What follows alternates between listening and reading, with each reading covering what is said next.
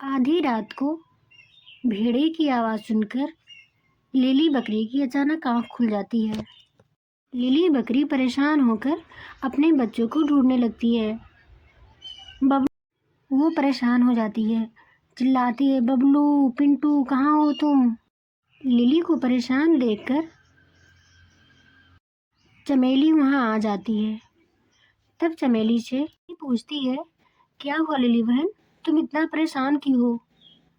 तब लिली रोने लगती है और बोलती है, बहन मेरे बच्चे पता नहीं कहाँ चले गए, मैं बहुत परेशान हूँ, वो लोग कहीं दिखाई नहीं दे रहे हैं।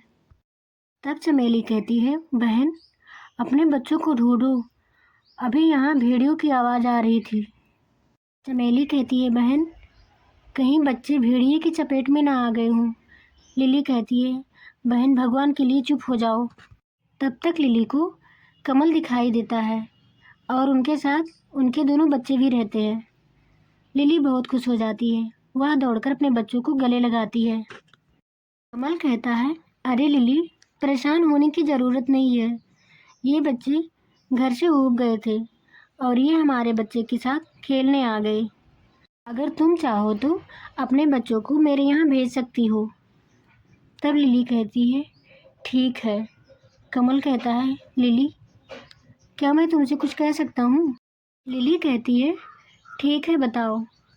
तब कमल कहता है, लिली मेरी पत्नी अभी कुछ दिन पहले भगवान के पास चली गई, क्या तुम मुझसे शादी कर सकती हो। मेरे बच्चे को उनकी माँ मिल जाएंगी और तुम्हारे बच्चों को उसके बाप मिल जाएंगे। लिली कहती है, ठीक है, मैं बाद में बताऊंगी। लिली ऐसा बोलकर फिर घर चली जाती है। लिली घर जाके पूरी रात परेशान रहती है, उसको समझ में नहीं आ रहा था। फिर लिली मन में सोचा, कमल सही ही बोल रहे थे। वह दूसरे दिन कमल से मिलने जाती है और कमल उनको शादी के लिए प्रपोज करते हैं और उनकी शादी हो जाती है। उनके तीनों बच्चे बहुत खुश रहने लगते हैं। रात में बबली को भूख लगती है और वह कहती है, माँ मुझे भूख लगी है। तब कमल कहता है, अब इतनी रात में क्या करें। लिली कहती है, बेटा बहुत रात हो गया है। कमल कहता है, रहने दो, बच्चे भूखे नहीं रह सकते, मैं जाता हूँ इनके लिए कुछ लेकर आता हूँ। और कमल चला जाता है। कमल जैसे ही जंगल की ओर जाता है, उसे एक भेड़िया मिलता है और वह भेड़िया कमल को मार डालता है। तभी ये सब चमेली दूर से देख रही थी और चमेली यह देखकर परेशान होगी। वह सोचने लगी, अभी तो जल्दी लिली की शादी हुई है। वह दौड़ कर आती है और लिली को सारी बात बताती है। लिली बहुत फूट फूट कर रोती है और कहती है, अब मेरे बच्चों का कौन सहारा बनेगा। फिर लिली अपने बच्चों को लेकर अपने घर जाती है। बबली अपने तीनों बच्चों को बहुत मानती है, वो बहुत प्यार करती है उन लोगों से। एक दिन बबली बच्चों को नहला रही थी, वह अपने दोनों बच्चों को नहलाई।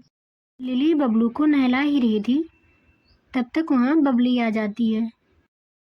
बबली को लगता है कि मेरी माँ मुझसे सौतेली की तरह व्यवहार करती है, वह मुझे नहीं नहलाई।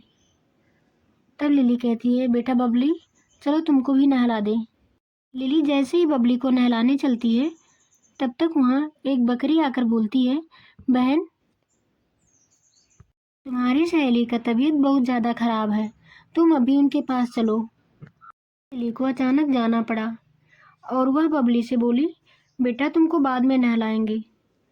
बबली के मन में और भी ये सब भावना चलने लगी। उसको लगा कि ये मुझसे सौतेली माँ की तरह व्यवहार करती है, ये अपने बच्चों को ज़्यादा मानती हैं। लेकिन लिली के मन में ऐसा कुछ नहीं था, वह अपने तीनों बच्चों से बहुत प्यार करती थी। लिली के जाने के बाद बबली अपने मन में सोचती है, क्यों ना हम इनके दोनों बच्चों को मार डालें, तब ये मुझे सौतेली की तरह नहीं प्यार करेंगी। और बबली उन दोनों बच्चों को साथ में ले जाकर कुएं में धक्का दे देती है और कहती है, तुम्हारी माँ तुमसे ज़्यादा प्यार करती थी। दोनों बच्चे बहुत रोते हैं और इधर बबली बच्चों को धक्का देकर आ ही रही थी, तभी उसे रास्ते में उसकी माँ मिल गई और वह अपनी माँ से सारी बात बताती है। अपनी माँ से बोलती है, माँ, उन दोनों को भेड़िए ने खा लिया। वह बेचारी लिली बहुत फूट फूट कर रोती है और कहती है, ठीक है बेटा, अब चलो हम घर चलते हैं। ये लोग रास्ते में जा ही रहे थे, तभी एक शेर आता हुआ दिखाई दिया। तब लिली बबली से कहती है, बेटा, मैं शेर को अपनी तरफ आकर्षित कर रही हूँ और तुम पीछे से निकल जाओ। बबली कहती है, नहीं माँ, मैं तुमको अकेले छोड़ के नहीं जा सकती। शेर ये सारी बातें सुन रहा था। तब शेर बोला, क्या तुम वही विधवा बकरी हो जिसकी शादी 2 दिन पहले हुई थी? ये वो शेर हूँ जो तुम्हें फिर से विधवा बनाया हूँ। लेकिन जाओ, मैं तुम्हें अब की बार नहीं खाऊंगा, अभी मुझे भूख नहीं है। बकरी और बबली चले जाते हैं। तब बबली कहती है, माँ, मुझे माफ़ कर दो, मैंने ही उन दोनों को मार डाला है। लिली कहती है, बेटा बबली, तुमने ऐसा क्यों किया?